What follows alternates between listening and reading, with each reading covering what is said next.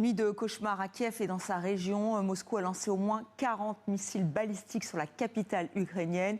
Une offensive qui survient au lendemain de celle effectuée par les Ukrainiens sur la Russie. Les précisions de Clara de Antony. Dans les rues de Kiev ce dimanche matin, les habitants déblais. La capitale ukrainienne a été la cible d'une attaque massive de missiles balistiques russes, l'une des plus importantes depuis le début de la guerre, d'après Volodymyr Zelensky.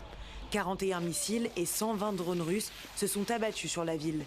De l'appartement de cet habitant, il ne reste pratiquement plus rien. Au 3e étage, vous voyez la fenêtre là-bas ? C'est là que se trouve mon appartement. Toutes les fenêtres ont disparu, dans la cuisine, dans la chambre et les portes aussi.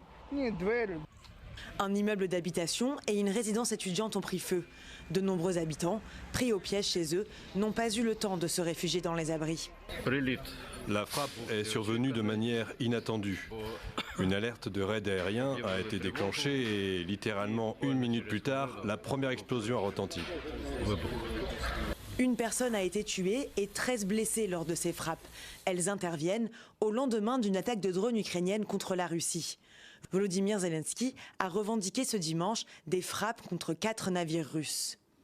Des unités du service de sécurité ukrainien ont frappé simultanément 3 dépôts pétroliers dans la région de Stavropol, tandis que des unités de nos forces armées ont touché une autre installation de stockage de carburant dans la même région.